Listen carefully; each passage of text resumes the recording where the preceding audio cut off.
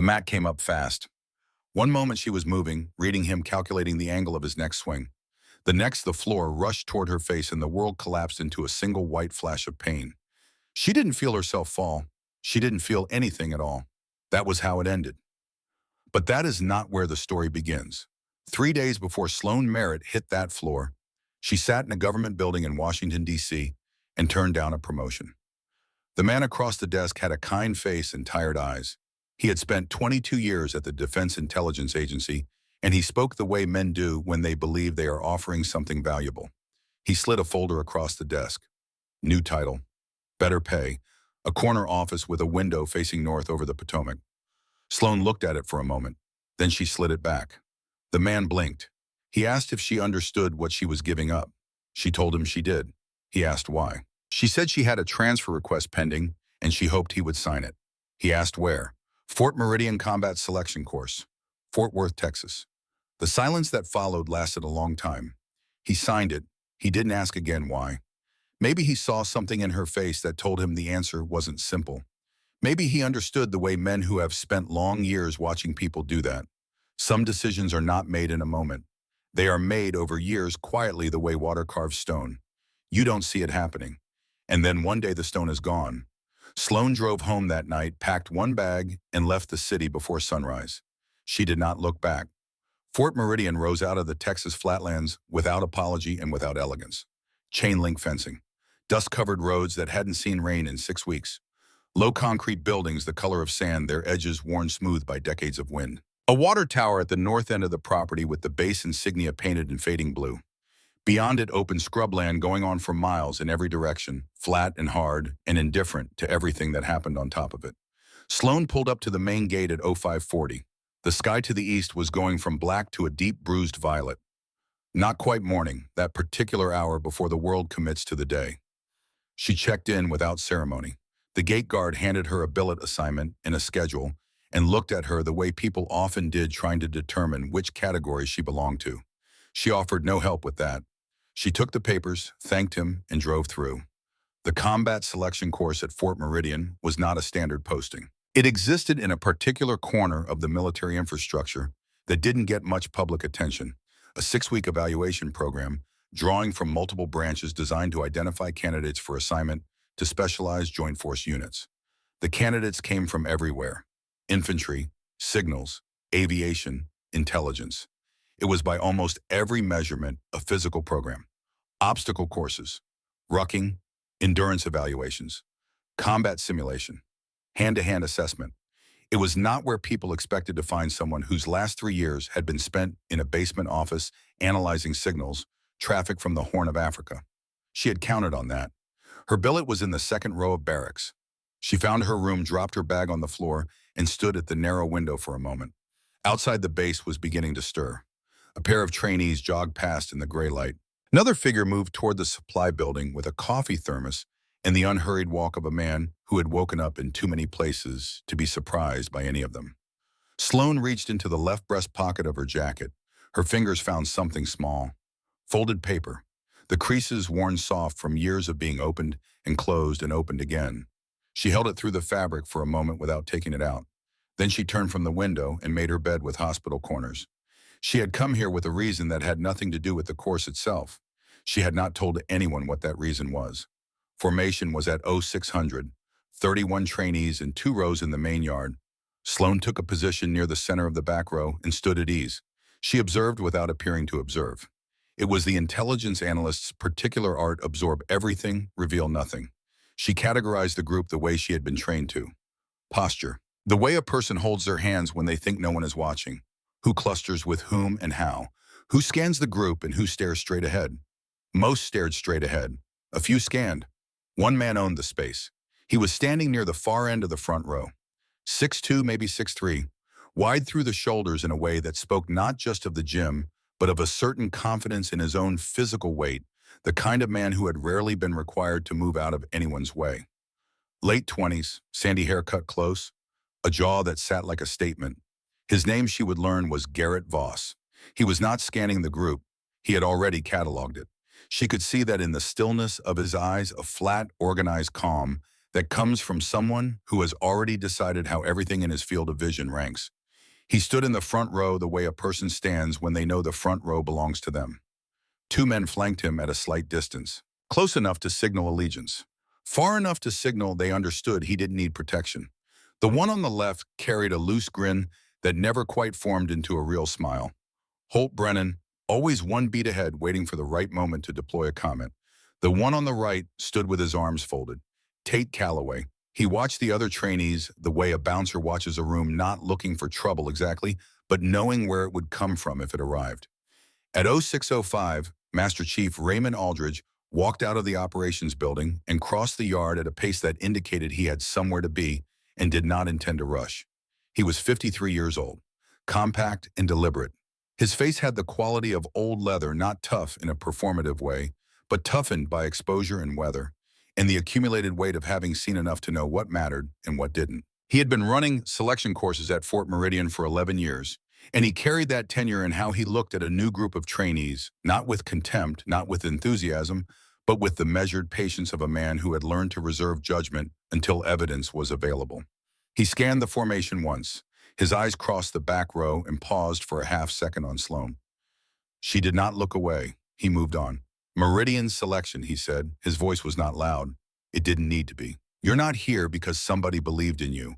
You're here because somebody thought you were worth the cost of a test. Whether you are, that's what the next 6 weeks determine. I don't need your best effort. I need your honest one. The difference matters more than you think. Dismissed to PT. The morning was designed to be exhausting.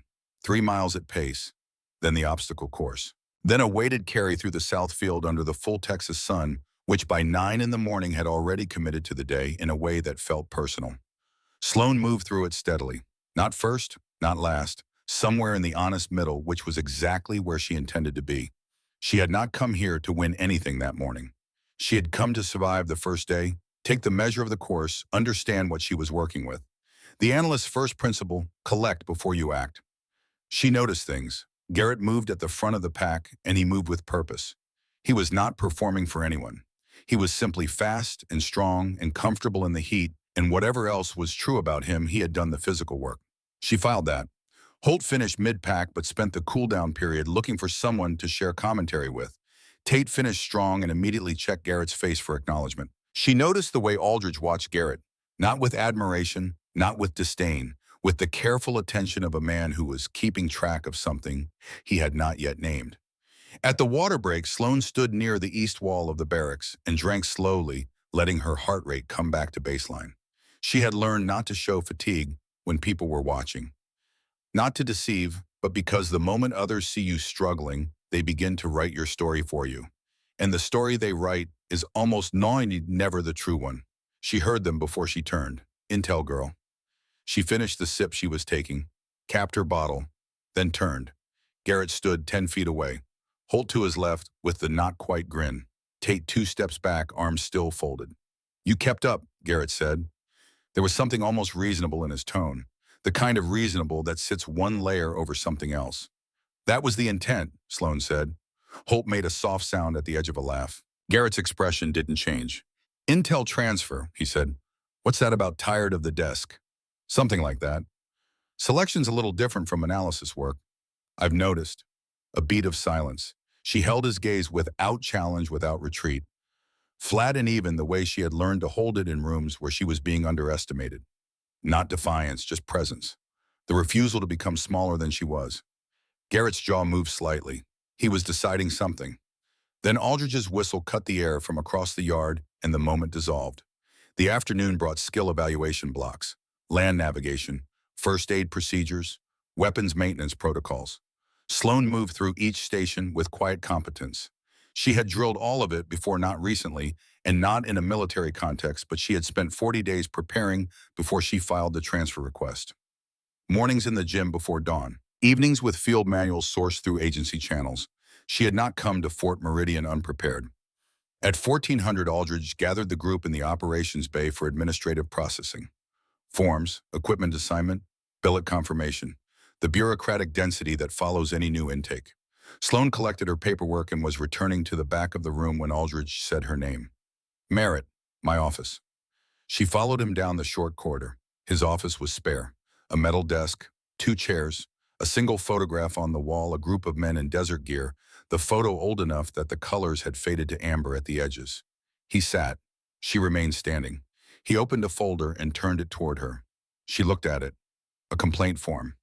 Internal DIA format, she recognized it immediately. Filed against her citing falsification of physical performance metrics in the pre-application assessment. Dated that morning. Signed with a name she did not recognize. She had completed her pre-application physical 11 days ago in a federal testing facility in Alexandria under monitored conditions. There was nothing to falsify. The complaint was fabrication. She kept her face still. "I'm required to show you this," Aldridge said. He watched her with that same measured attention he brought to everything. "I'm not required to act on it immediately, but it exists in the file." "Who filed it?" "That's not something I can discuss right now." "Is the signature authentic?" A pause. "I'm looking into that." She looked at the form for another moment. Then she looked at Aldridge. "This was filed before I completed a single evaluation here," she said. "Before I ran a mile. Before I carried anything. Before anything I did or didn't do at this installation could be assessed." Aldridge said nothing. "Whoever filed this wasn't reacting to my performance. They were trying to remove me before I had the chance to perform." The room was very quiet. Aldridge picked up the folder and closed it. "Keep that to yourself," he said. "I'll tell you what I find." She held his gaze a moment longer. "Yes, sir," she said and walked out. She ate dinner alone and did not taste it. The mess hall ran on a tight schedule, 90 trainees from 3 intake groups cycling through in 20-minute blocks. The noise was constant. Trey's voices, the aluminum scrape of benches on concrete. She sat at the end of a table near the east windows and worked through her plate methodically and thought about what the complaint form meant. Someone had tried to have her removed before she could begin. Someone with internal DIA access. Someone who knew she was coming here, which meant the circle of knowledge was small. Her supervisor, the receiving office at Meridian. Whoever her supervisor might have told. She built the list in her mind without reaching for conclusions. Organizing the available material, letting the shape of it find itself. Across the hall, Garrett sat at the center of a table of 6, eating and talking with the easy authority of a man who had never had to earn the space he occupied. Holt sat across from him, laughing half a beat, too early at everything. Tate ate without speaking and kept his eyes on Garrett. She watched without appearing to watch. Garrett looked over once. She had already looked away. The next morning, Aldridge announced the day's schedule at formation. PT Tactical Navigation. And at 1400 hand-to-hand assessment. The word moved through the group, the way certain words do, something shifting below the surface, a collective recalibration too slow to feel but too large to ignore. She saw it in how people stood, a rearrangement of readiness. She had sparred before. Judo throughout her 20s with a coach in Bethesda who had represented the United States twice in international competition and did not believe in taking it easy on anyone smaller than him. 3 years of that, she was not untrained, but she was 5'7" and 138 pounds, and she had already taken the full measure of Garrett Voss. The training hangar smelled of rubber and stale air, and the mineral sharpness of concrete that had absorbed decades of sweat. The mats were laid in a grid across the center floor. Trainees sat on wooden benches around the perimeter, and the energy in the room ran high and close, not hostile exactly, but alert. The particular edge that appears when people sense something real is about to happen. Aldridge stood at the front and explained the parameters. Controlled contact. Tap-out protocol. Violations were grounds for immediate removal from the assessment. He read the pairings from his clipboard. Sloan heard her name alongside Garrett's in the same breath. She did not react. She heard Holt make a sound, not quite a laugh, not quite a word. She heard Tate shift on the bench. She watched Garrett stand and move to the mat, and she followed because there was nothing else to do. They faced each other. She took her stance. Weight distributed, guard up, elbows in. She had fought larger opponents before. Size was not the decisive variable it appeared to be from the outside. Technique was, timing was, the willingness to absorb contact and not let it collapse your structure. Aldridge blew the whistle. Garrett came forward fast, no hesitation, no testing, a straight right hand toward her shoulder designed to knock her off balance rather than score a point.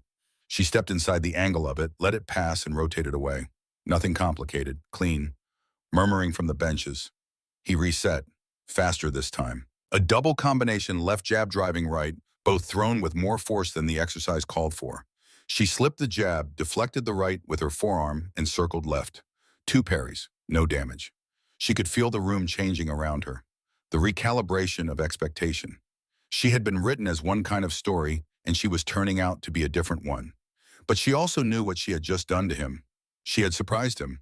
And in a man like Garrett Voss, surprise did not produce recalibration. It produced something else. He came the third time from a different angle lower, using the full weight of his body rather than his fists. A shoulder-level drive aimed at her center of mass. She began the pivot that would carry her clear. She nearly made it. She didn't quite make it. The contact caught her on the hip rather than center, but the mass behind it was enough.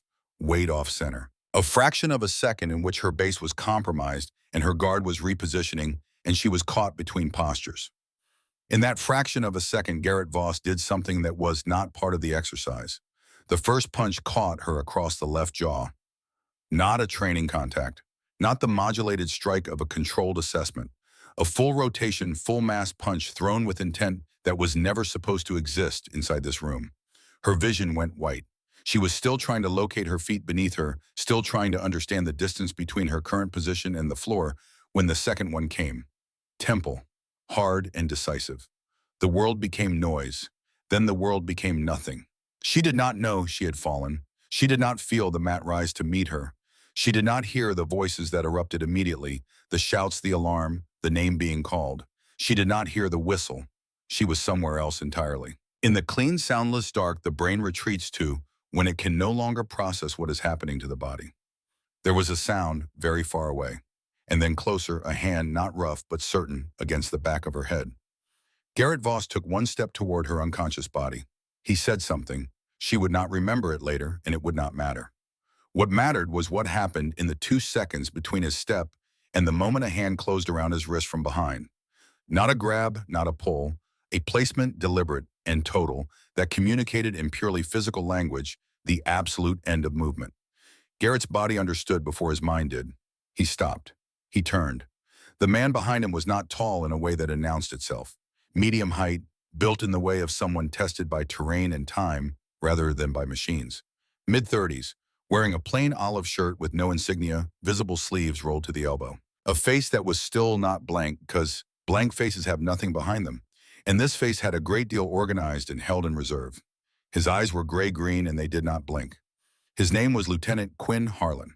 He had arrived at Fort Meridian the previous day under administrative orders as an observation liaison from DevGru, what the public called SEAL Team 6. He had told no one why he was there. He had been seated on the bench near the east wall when the first punch landed. He had crossed the length of the hangar in time that several trainees would later describe independently and without comparison as impossible. Garrett tried to pull his wrist free. He could not. Quinn's voice was even.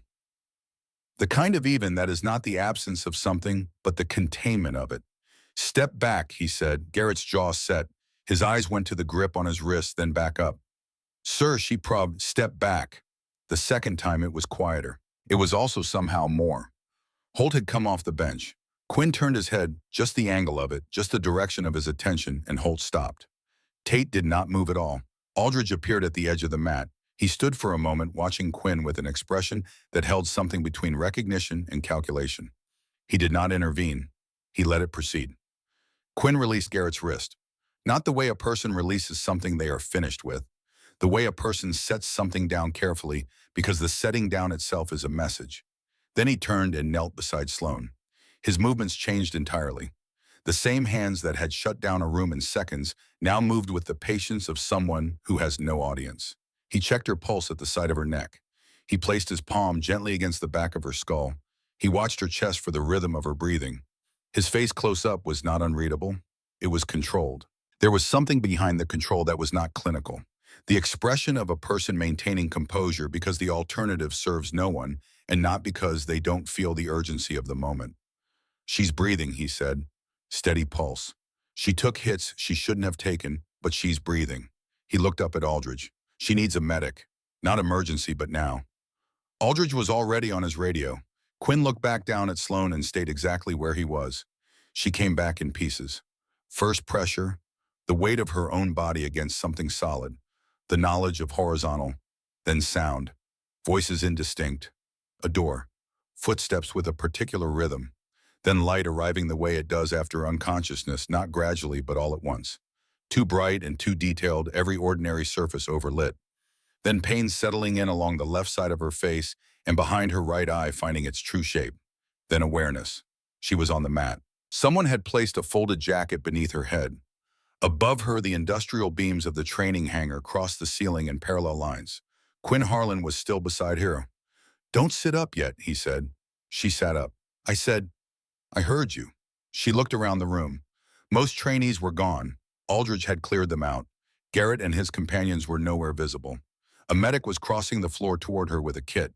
She pressed the back of her hand against her jaw gently. Bone-deep persistence. Her temple was a specific defined point of pain. Vision stable when she moved her eyes left to right. She looked at Quinn. He was watching her with the attention of someone evaluating something. Not her injury, her. 20 minutes later, she walked out of the hangar under her own power. The medic had wanted a stretcher. She declined. He offered his arm. She declined that too. She walked with the deliberate pace of someone who understands that placing your feet correctly one after the other is its own form of decision-making, and she was not finished making decisions today. Quinn was outside the door. She stopped. He stood with his arms at his sides, not crossed, not in his pockets. The posture of a person who is waiting without making it theatrical. "You should go to the medical building," he said. "I'm gone." A pause. "Thank you," she said, "for going in." Quinn looked at her steadily. "Yes," he said, "not you're welcome, not of course, just yes, the confirmation of a person who agrees with a statement of fact." "You didn't have to," she said. "Yes," he said again. "I did." She studied him for a moment. Something in the economy of him, the way he used words, the way he occupied space, she recognized it from a specific kind of person. People who had been in situations where waste of any kind had real cost. "Do you know me?" she asked. Something moved behind his eyes. "I know your work," he said carefully. "From a while back." She held his gaze. He held hers. She filed that. Labeled, dated, held lightly enough to be revised. "I'm going to the medical building," she said. "Good," he said. She walked. The Texas sun was at its full late afternoon intensity. The base sprawled around her in concrete and dust, the ambient hum of machinery from the motor pool to the South trainees at afternoon PT. Across the yard, the sounds of a place that did not stop. She walked and did not favor her left side, though it wanted her to. In her breast pocket, the folded paper was still there, exactly where it had always been. She pressed her hand against it once through the fabric and then let her arm fall. She kept going. The morning after always tells you something. Not about the event itself, about the people who witnessed it. Sloan was in the yard at 0550, 10 minutes before formation, and she watched it happen without appearing to. The trainees filtered in from the barracks in ones and twos, and as each one registered her presence already in uniform, posture, correct jaw, carrying a bruise the color of a storm front. Something shifted in them. Some looked away too quickly, which meant they felt something and hadn't yet decided what. A few looked longer than necessary. One woman near the center of the first row gave a single small nod and looked straight ahead. Garrett arrived last. He took his position at the front without looking at her. His jaw was set. Whatever was happening behind his face, he had decided it was not for this room. Holt arrived 2 paces behind him, glanced at Sloan with the look of a man trying to assess how much trouble he was already in. Tate stared at the middle distance and looked at no one. Aldridge came out at 0600 exactly. He read the day's schedule without comment. PT, Tactical Navigation, and at 1300 a demonstration session in the main hangar. He did not say who was demonstrating. The morning Pete was a 6-mile route march through the South Field with full kit. 22 pounds on the back, 90-degree heat by 0800, the Texas flatlands offering nothing in the way of shade or mercy. The route had been designed to test 2 things simultaneously, physical endurance and the decision-making that happens when the body is past comfortable and the mind is asked to keep solving problems anyway. Sloan moved at pace. Her jaw ached with every footfall.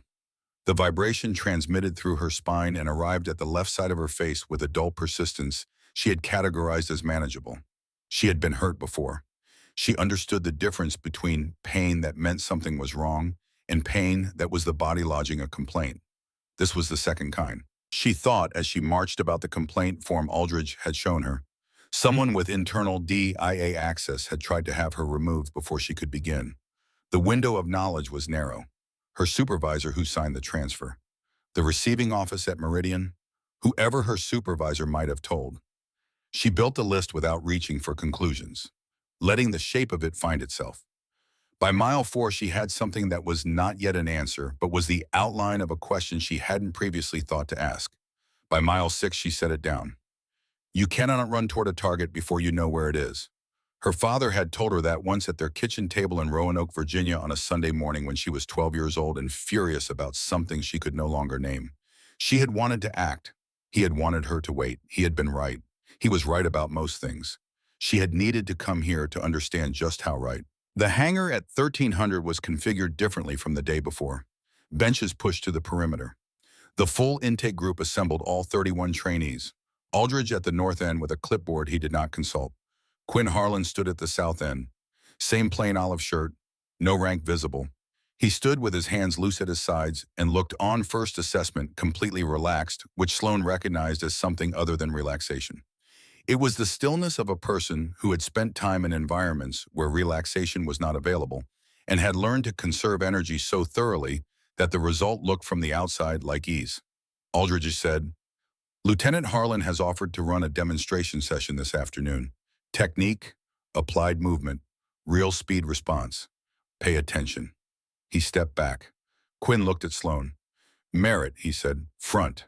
The room adjusted. She felt it, the collective weight of 30 pairs of eyes redirecting. She walked forward and took a position on the mat across from him. She understood what this was. Not just a demonstration, a statement. Quinn Harlan, who had walked into this room yesterday and stopped 3 men without raising his voice, was inviting the trainee those men had put on the floor to stand across from him in front of everyone. She set her feet, raised her guard, looked at him. He nodded once, almost imperceptibly, and came forward. The first sequence was slow and deliberate. He was showing the room the geometry, footwork, angle, the relationship between weight distribution and available response. She moved with him, reading each motion a fraction of a second before it arrived, demonstrating the counters. Pedagogical and precise, and she was aware the entire time that the trainees watching were revising their initial read of her with each exchange. Then he increased speed, not dramatically. No signal, just a quiet adjustment that changed the stakes of every movement. She adapted, and what happened in the next 90 seconds was not a demonstration in the way of a classroom exercise is a demonstration. It was 2 people working at the edge of their respective speeds, and she was faster than she looked, and her technique didn't match the baseline expectation for someone with her background. When she drove a palm strike into his chest with enough force to make the contact audible across the room, the silence that followed was the specific silence of revised expectations. Quinn stepped back, looked at the room. Merritt analyzed a signals corridor in the Middle East once, he said. Identified a secondary egress point that 3 separate tactical teams had missed. The analysis took 4 hours. He paused. She also has a judo background that her intake file didn't mention. He looked at Sloan. You left it out, he said. It wasn't relevant to the application. Why not? Because I didn't want it to be the only thing they looked at. A long beat. She's here, he said to the room, because she earned it. Whatever you walked in, believing yesterday, revise it. That's what accurate information does. He stepped off the mat. At the back of the bench line, Garrett Voss stared at the floor between his boots and did not look up. At 1500, Aldridge called her name again. Same corridor, same office. He closed the door with a different weight than before. He opened a folder and turned it toward her, and she knew before she read it that the news would not be good. A formal notice of administrative suspension of inquiry, issued by the Fort Meridian Oversight Office. Subject the incident from the previous afternoon. Reason cited insufficient substantiating evidence to proceed with formal assessment. She read it twice. 6 trainees had been within direct line of sight. The hangar had 2 functioning interior cameras. She herself carried her bruise visible from across a yard. The word insufficient sat in the middle of the page like something placed there by someone who knew it was wrong and had decided it didn't matter. She looked at Aldridge. He was watching her with that careful, collecting attention. But there was something else in it now. Something that looked, if she was reading it correctly, like a controlled version of anger.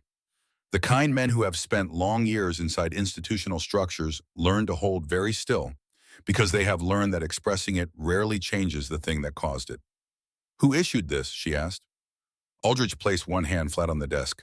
The oversight office here processes requests from the regional command structure, he said. His voice was level, each word chosen carefully.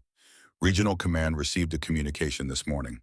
Sloan waited. Aldridge's eyes did not leave hers. From an office associated with General Theodore Voss, he said. Fort Bragg. The room was very quiet. Garrett's father, she had known a version of this was coming. She had not known the timeline would be this compressed, less than 20 hours from the incident to a formal order from a two-star general. That spoke to something beyond anger or embarrassment. That spoke to preparation. Someone who knew the mechanism well enough to use it quickly. You're showing me this, she said. You have a right to know what's in your file. You didn't have to frame it the way you did. He said nothing, but his hand stayed flat on the desk, and she understood that the flatness of it was intentional, the physical equivalent of the way he had said General Theodore Voss's name, an office, an installation in the same sentence without being asked. He was giving her information he was not technically authorized to give, and they both understood this completely, and no direct question had been asked, and no direct answer had been given. Thank you, she said. Dismissed, he said. She did not go back to the barracks immediately. She walked to the far end of the east field where the property met the chain-link fence and the scrubland began on the other side. She stood there for a while. The afternoon sun was past its peak, but still committed laying long shadows eastward from the fence posts. The system had moved. The system had moved fast and with confidence, which meant it believed it had done this before and would do it again, and that no one had yet found a mechanism to prevent it. She was not going to panic. She was not going to confront anyone. She was going to do her job. Garrett Voss found her at 1700 outside the equipment bay. She was running a maintenance check on her assigned kit. He walked up, slowly without halt, without Tate. He stopped at about 6 feet the distance of someone who is not certain they are welcome and has decided to let the other person make that determination. She kept her hands on the equipment but stopped moving. I heard my father called, he said. She said nothing. Waited. He looked at the ground for a moment, then back up. He said it was handled. A pause. I didn't ask him to do that. Sloan looked at him. He was 28 years old and he was the son of a two-star general who had taught him, whether he knew it or not, that authority flows through certain men the way current flows through wire, and that the world organizes itself accordingly. He had been shaped by that knowledge the way all people are shaped by what they are given to believe is normal.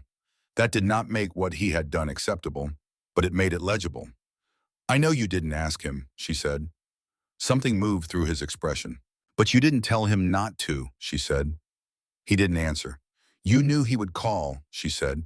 You knew what would happen. You let it happen. The silence between them had texture. She could feel him working against something, a resistance inside himself, fighting the automatic defenses a person builds when they have never been required to defend their position from the inside. I went too far yesterday, he said finally. Yes, she said. In the moment I didn't. You knew it was wrong, she said. Not cruelly, just exactly. You knew it while you were doing it. That's different from a mistake. He stood there. I'm not your enemy, Voss, she said. I'm here to finish this course. She heard him exhale, long and slow. My father thinks this place is a stepping stone, he said. The words came out quietly as though he had carried them for a long time and had set them down without being certain he meant to. For him, his next appointment. I'm supposed to be part of the narrative. He stopped. I've been part of the narrative my entire life. She let the statement sit in the air between them, which was the right thing to do with something that had cost the person something to say. What do you want it to be? She asked. A real question, not rhetorical. He had no answer. She didn't expect one. Not yet. He walked away, and she watched him go, and she returned to the equipment in her hands. She would not mistake this moment for resolution. But she had dealt in information long enough to know that the first reliable data point about a person is always when they tell you something true that costs them something. He had told her something true. She filed it. At 1900, Quinn found her at the edge of the motor pool. He came with the purposeful unhurriedness of someone who had been moving toward a specific conversation for some time and had decided the time was now. He stopped and looked up and down the corridor and then back at her. I got a notice this afternoon, he said. Administrative. My observation assignment is under review. They're citing scheduling conflicts at the unit level. He paused. There are no scheduling conflicts at the unit level. She looked at him. 2 days, he said. Maybe, before someone with more authority than Aldridge asks me to leave. She processed this. Why are you telling me? Quinn was quiet for a moment. In the fading evening light, his face was harder to read than usual, the angles deeper.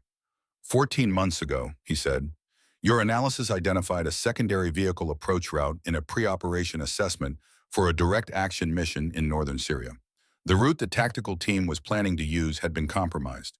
Your analysis was the reason the mission brief was revised 40 minutes before insertion. She knew the report. She had written dozens of reports. That one she remembered because the analyst who had originally run the assessment had disagreed with her reading, and there had been a professional and edged conversation about whose version went forward. Her version went forward. I was on that team, Quinn said. She looked at him. Your analysis is why I am currently standing here having this conversation instead of some other outcome. The motor pool hummed around them. Across the yard, a group of trainees was finishing evening chow voices carrying in the dry air.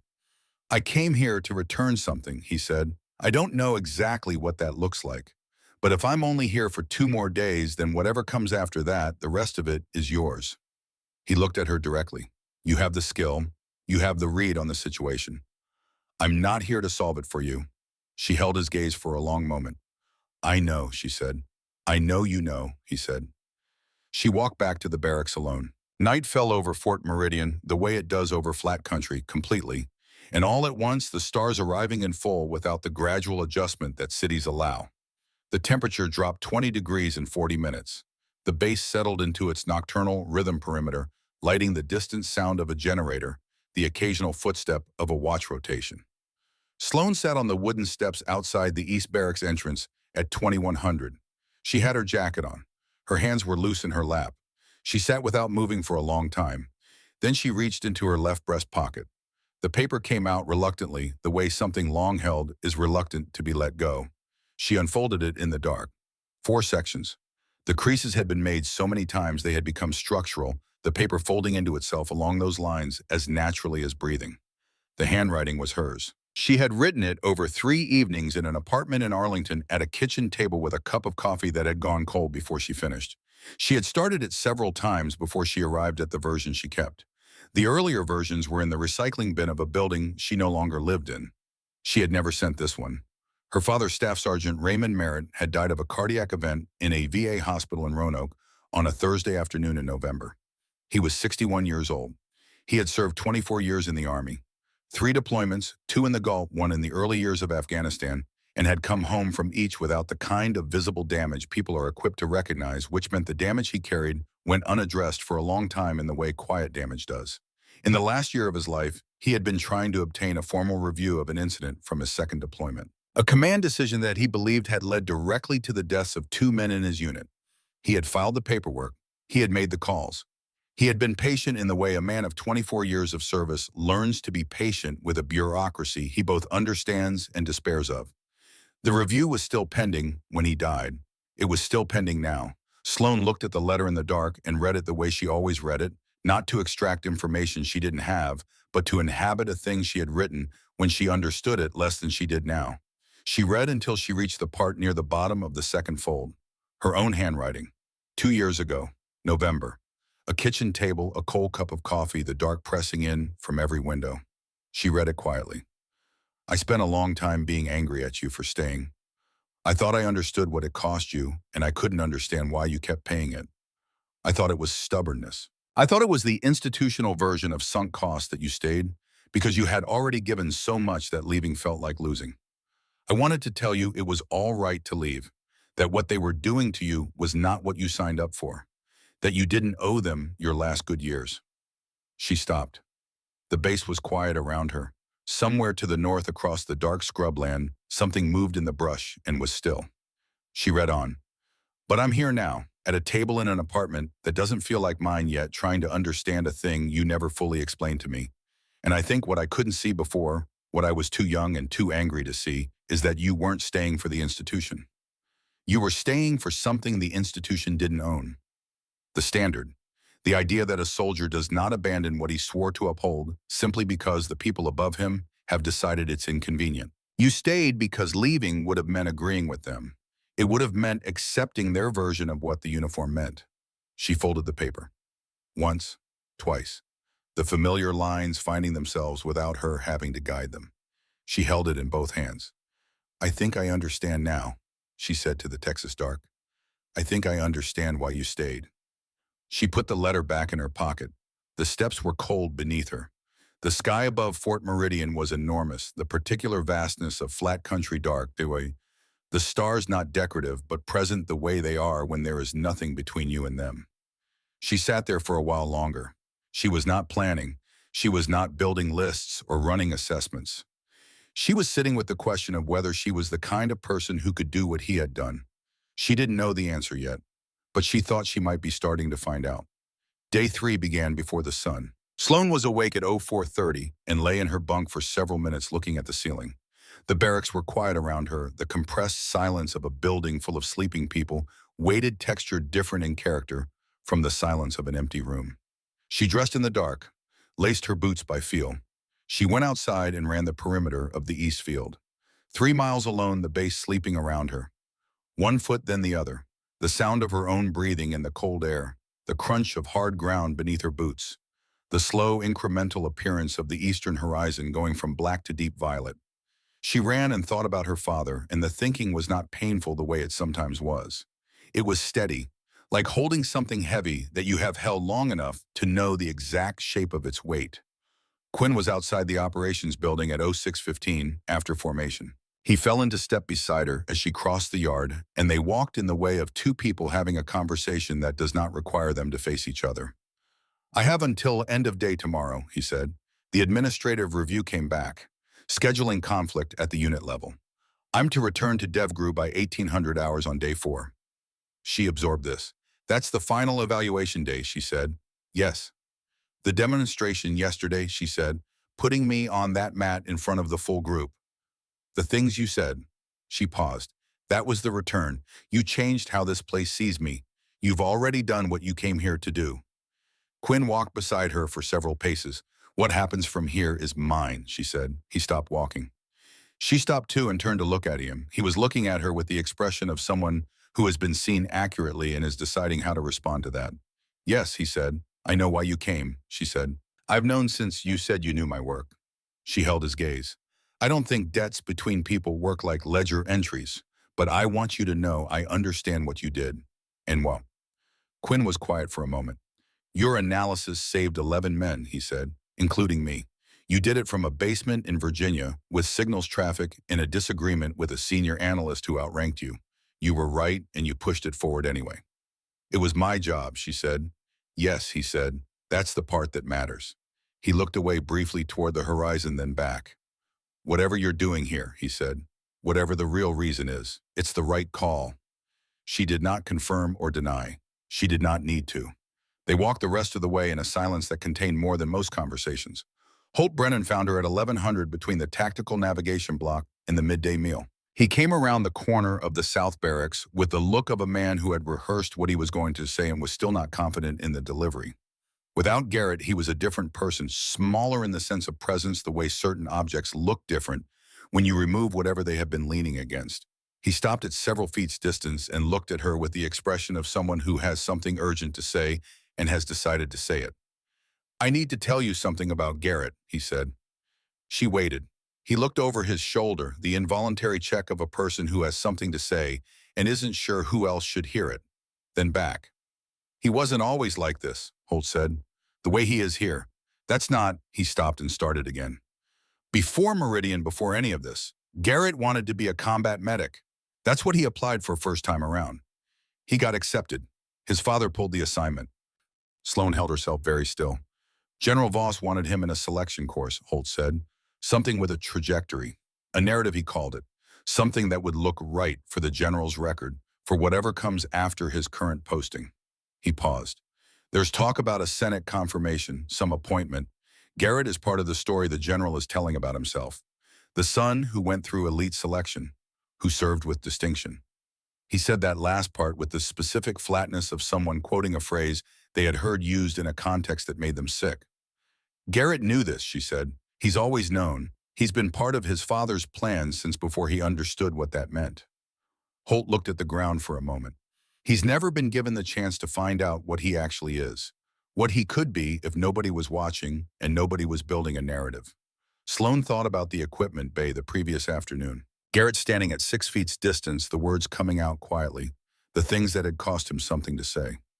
"My father thinks this place is a stepping stone. I've been part of the narrative my entire life. "Why are you telling me this?" she asked. Holt was quiet for a moment. "Because I've watched what his father does to him," he said. "And yesterday I watched what you did. When he came to you and you didn't give him an easy out. You told him the truth. Nobody does that.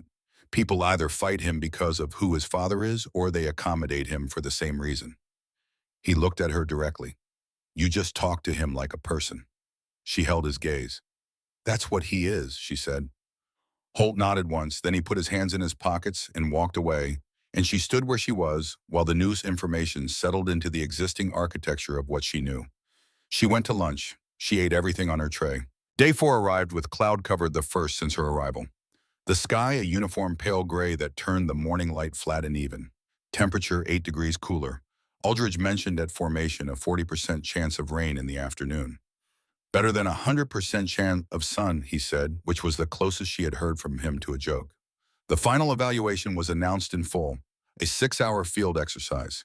Simulated direct action mission in the woodland terrain section of the installation 3 miles north of the main compound, in a stretch of scrub oak and dry creek beds, the base used for tactical training. Teams of 2 assigned by course staff. Objective: reach the target building, extract the simulated asset, return to the extraction point. Map and compass navigation, no GPS. Communication by field radio. Assessment criteria included navigation accuracy, tactical decision-making, response to introduced complications, and time on target. Complications, Aldridge said, would be introduced.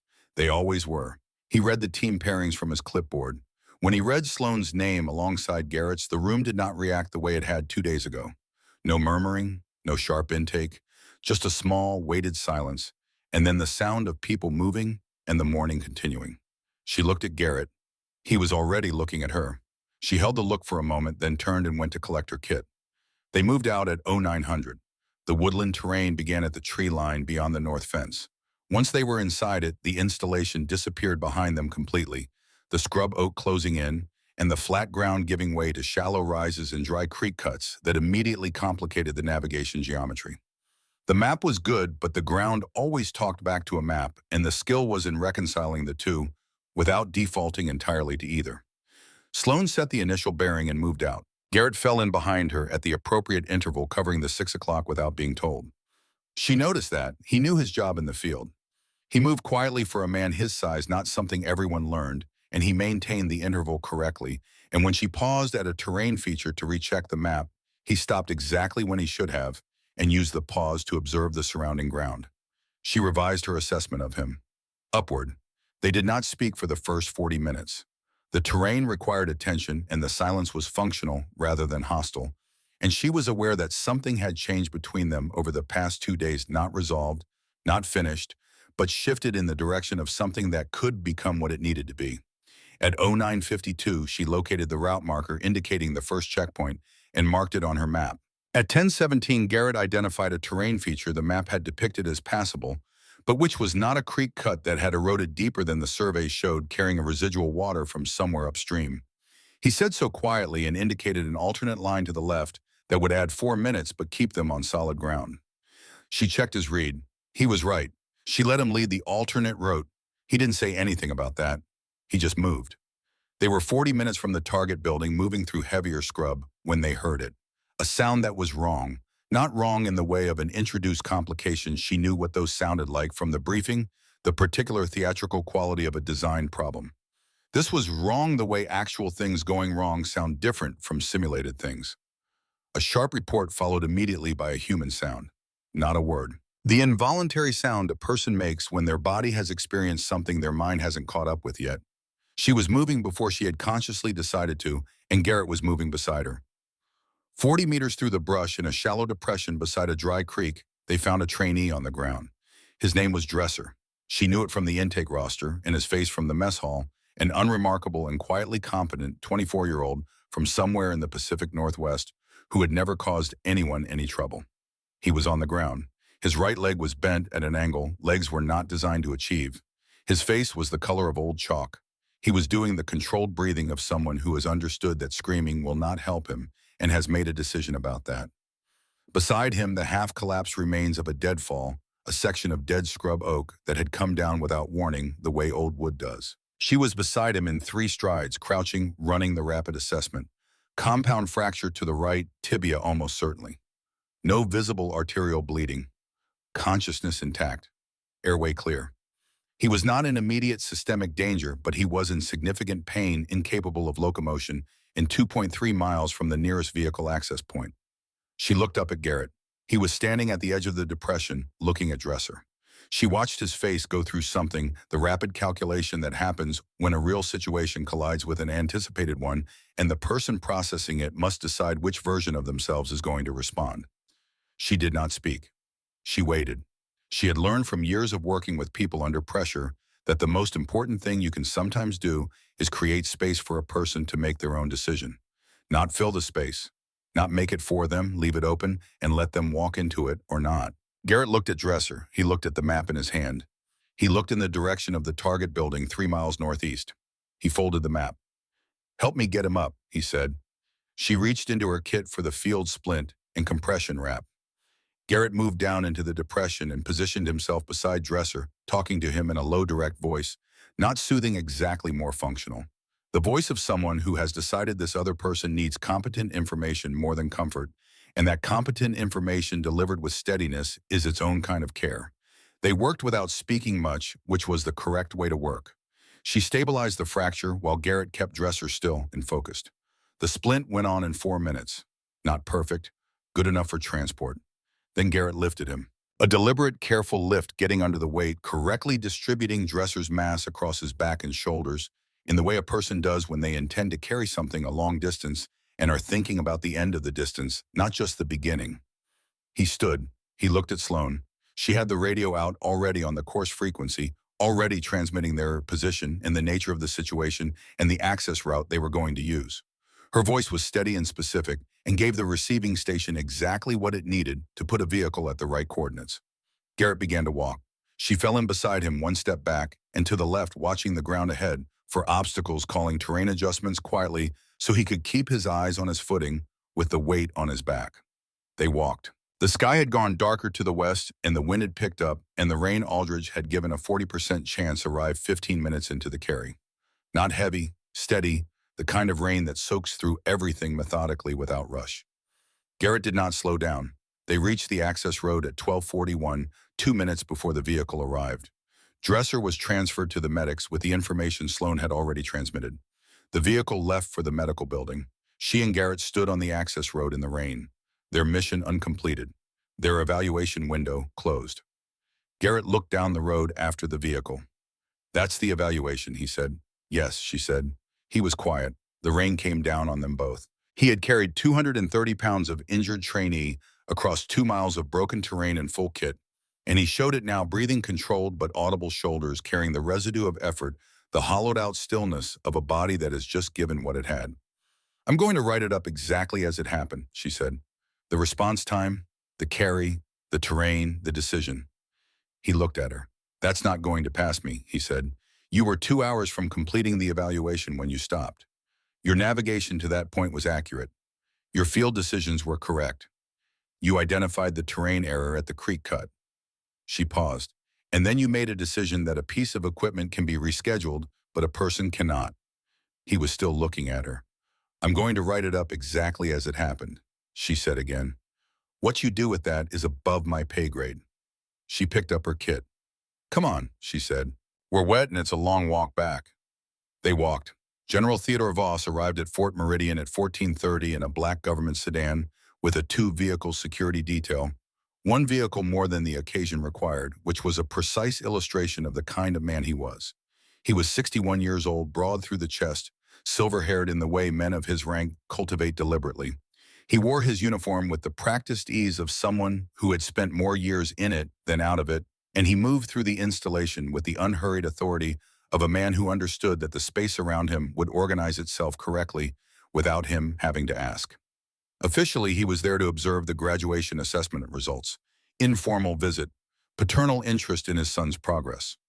Aldridge had noted the timing. Sloan had noted Aldridge noting it. She submitted her evaluation report at 1500 through the standard course assessment process copied to the Regional Oversight Committee per standing protocol for any evaluation involving a trainee with a direct command family connection.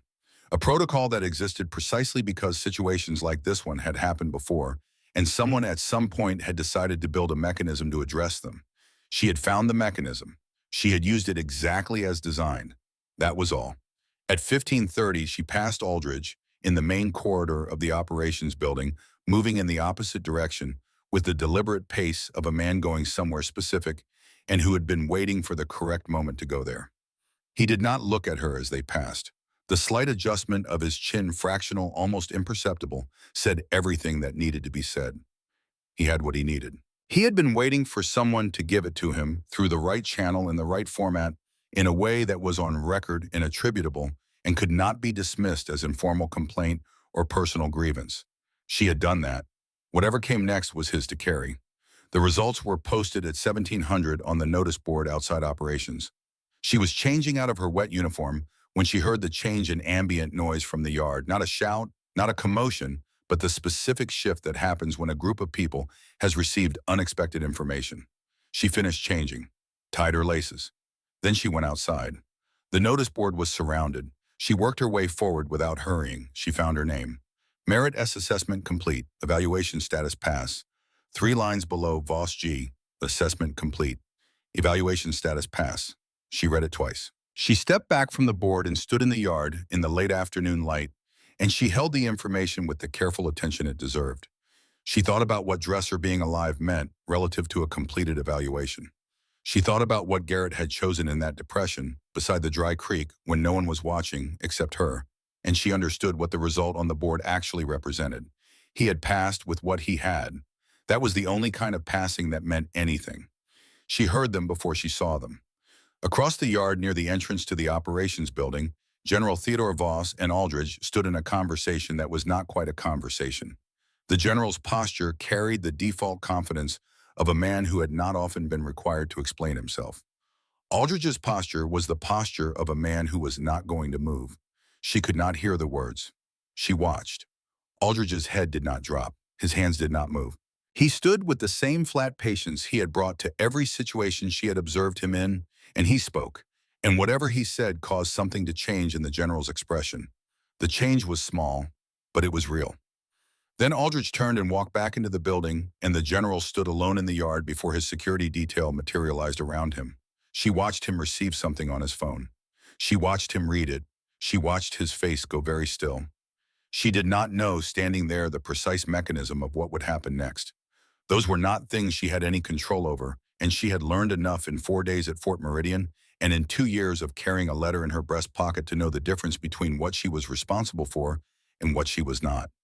She walked back toward the barracks. Behind her, she heard Aldridge say something short and final. She did not turn around. She ate dinner and tasted it this time. She sat at the end of the table near the east windows, the same seat she had taken on her first night, and she worked through her tray and let the noise of the mess hall be around her without demanding anything from her. Holt Brennan sat down across from her, uninvited. Without Garrett, he was a different person, and by now she had enough of a read on him to understand that the not-quite grin had always been armor rather than character. He put his tray down and looked at it and then at her. "Garrett told me," he said, "about what you wrote in the evaluation. The carry, all of it." She waited. "He didn't know you were going to do that." "I know," she said. Holt was quiet for a moment. Something in his face had settled since the morning since he had told her about the medic application and the narrative and all of it. "He's going to put in for a reclassification," Holt said. "Medic, he told me tonight after the results posted." He paused. "He said he should have done it 3 years ago." She nodded once. "He should have," she said. Holt looked at her for a moment longer. Then he picked up his fork and started eating, and that was the end of the conversation, and also, she thought, a sufficient end for it. Some things don't require more words than they have already used. At 2000, she went to Aldridge's office. He was still at his desk. She knocked twice on the open door. He looked up. "Merritt." "Sir." She came in, stayed standing. "I wanted to know where things stand." He put down his pen. "The Regional Oversight Committee opened a formal inquiry this afternoon," he said. "Command interference with a course assessment. That inquiry will take the time it takes. I can't predict the outcome." She nodded. "General Voss has been asked to return to Fort Bragg pending the inquiry's initial review." "And you?" she asked. Aldridge looked at her with the steady evidence-gathering patience he had brought to every interaction since she arrived. "I failed to report 2 prior incidents of external command pressure on this course," he said. He said it the way a man says something he has already decided to say without looking for a reaction and without asking for absolution. One 6 months ago, one 14 months ago, I managed them informally and I should have put them in the record. I didn't. He paused. I'm putting them in the record now. The room was very quiet. That's going to cost you, she said. Yes, he said. It is. He held her gaze. The complaint form filed against you on day one, he said. I traced the signature. It originated from the general's personal staff office. That information is in the record. He paused. Your personnel file here will reflect evaluation complete, no adverse findings. Thank you, she said. Don't thank me, he said. You handed me what I needed through the right channel. You didn't ask me to do anything I didn't already have an obligation to do. He picked up his pen. You did your job. I'm doing mine. She stood there for a moment. Dismissed Merritt, he said, not unkindly. She left. She found Garrett at the east fence at sunset. He was standing where she often stood, looking out at the scrubland beyond the chain link. The sky to the west had opened into the kind of post-rain color that Texas manages, with the particular generosity of flat country, the whole width of the horizon available. Nothing interrupting the light, the clouds translating the last of the sun into something without an equivalent name. She heard him before she saw him. His footsteps on the packed earth were recognizable to her now. She knew the rhythm of them. She stopped a few feet to his left and looked at the same thing he was looking at. I heard what my father said to Aldrich. He said. She waited. He told him the report was going to be reviewed. My evaluation report. Aldrich told him it had already been forwarded to the Regional Oversight Committee, that it was out of his hands now. He paused. My father doesn't take that well. I imagine not. A long pause. The sky continued its work in the west, indifferent to the human business being conducted beneath it. I passed, he said, on my own score. Yes, because of what you wrote. Because of what you did, she said. I wrote what happened. You made it happen. He was quiet for a long time. She could feel him working through something, not the way he had worked through things earlier in the week, which had been resistant and armored.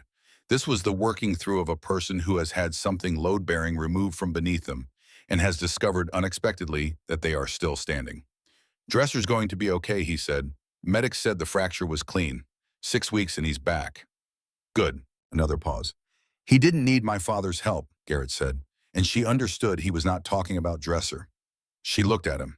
He was staring out at the scrubland with the expression of someone who has arrived after a long and circuitous journey at a place they recognize without being able to say they have been there before. A new kind of stillness. Not the flat ownership of a person who has never been required to move. Something earned this time. Something with actual weight. No, she said. He didn't. Garrett nodded slowly. I don't know what comes next, he said. For him. For whatever the committee decides. For our family. He stopped. I don't know what it means. She did not offer reassurance she didn't have because he had not asked for it. What do you want to do, she asked. The same question she had asked him 2 days ago at the equipment bay when he had told her the truth about the narrative and she had let it sit. This time he had an answer. It came slowly worked out from something deep and recently uncovered, the way a thing comes when it has been buried under other things for a long time and has finally been given air. I want to go back to the medic application, he said. If they'll still have me. She looked out at the horizon. That's a good answer, she said. He looked at her. Thank you, he said.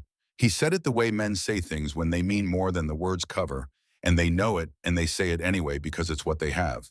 She gave him a single nod. He walked away. She stayed at the fence. Quinn found her an hour later at the edge of the motor pool. He was carrying his kit bag, ready to move. 1800, he said. I know. He stood with the bag over one shoulder and looked at her with the even attention she had come to understand as his default form of respect. He did not dress things up. He did not add material that wasn't there. He looked at you as you were and responded to that. The report you submitted this afternoon, he said. Aldridge told me. He said it was the clearest field evaluation he'd read in 11 years on this course. She said nothing. That's not a coincidence, he said. That's pattern. 2 different situations. 2 different rooms. Same quality of work. She looked at him. You're observing something, she said. Well, he said, you can do with it what you decide. He held out his hand. She took it. A single firm shake between 2 people who had been in adjacent positions under real pressure, had taken each other's measure and had found it worth remembering. Harlan, she said. Merritt, he said. He walked away. She watched him go until the motor pool absorbed him into its machinery and noise. Then she stood alone for a moment in the cooling air. She had one more thing to do. She did not go to the barracks steps. She stood in the yard instead, the open ground between the barracks and the operations building, the center of the base, the place she had stood at 0600 on her first morning, when she didn't yet know any of these names or faces or what any of them were capable of. She reached into her left breast pocket. Her fingers found the folded paper. She held it there, not taking it out, just feeling the shape of it, the familiar edges, the soft creases that had learned themselves over years of being opened and closed. She thought about her father, Staff Sergeant Raymond Merritt, 24 years, the forms filed and the calls made and the standard held even when no one above him was holding it.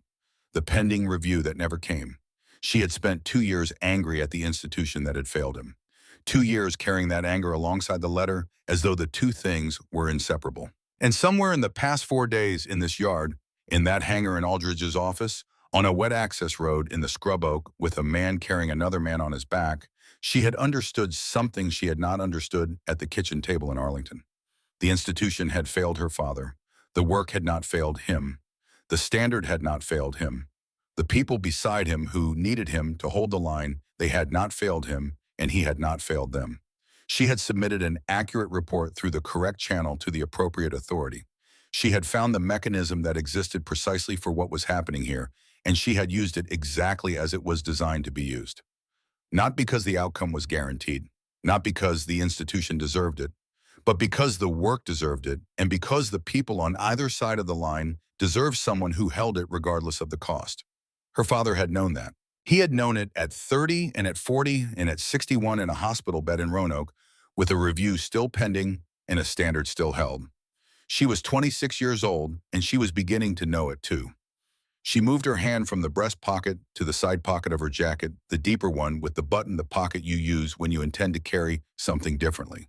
Not at the center of your chest where you check it constantly, where it travels with you as something that still needs tending, but somewhere secure, somewhere it can rest. She transferred the letter from one pocket to the other. She buttoned the pocket closed. It was still with her. It would always be with her, but it had delivered what it carried. It had done the work it needed to do in a basement in Arlington 2 years ago, and on wooden barracks steps in the Texas dark, and now it could travel the way things travel when they have finished their work and become simply part of what you are. She looked out at the yard. In the morning there would be a brief ceremony and paperwork and transport arrangements, and after that she would make a phone call. The number was already in her phone. She had put it there 3 weeks ago against the day she would need it because she had always known underneath everything what she was going to choose. She had just needed to come here first, to stand where her father had stood, to find out if she was the kind of person who stayed when the institution made staying difficult. The stars were very bright. The base was almost entirely quiet. The water tower at the north end stood against the dark, and the insignia faded and barely legible at this hour and this distance. Somewhere in the barracks behind her, 30 other people were sleeping or thinking or working out in the private dark what it meant to be the kind of person who showed up to places like this. She put her hands in her pockets, the even weight of her own hands. The answer she had been walking toward since she slid a folder back across a desk in Washington, D.C., and asked a tired man to sign a transfer request was not complicated. It had never been complicated. It had only been the kind of thing that takes time, not because the answer is unclear, but because the person asking needs to become the person who can hold it. She was that person now. She went inside. Behind her, Fort Meridian did what it always did, kept its perimeter lights burning, kept its generators humming, kept its long flat roads lit against the dark. An institution that had existed before she arrived and would exist long after she left, with all the failures and obligations that implied. A place where some people held the line and some people did not, and the difference between those two kinds of people was not rank, and it was not experience, and it was not what anyone had told them to do. It was what they chose when the moment came and no one was watching except the person they intended to be. Sloan Merritt walked into the barracks. She did not look back. The door closed behind her, and the Texas night went on being what it was, vast and indifferent, and full of stars holding everything that had happened on top of it, with the same steady patience it had always held everything. Some things do not resolve. They do not reach an answer and stay there. They remain in motion, requiring the daily decision to hold the line again, not because the outcome is guaranteed, but because the line itself is the point. Her father had understood that. Now finally, so did she.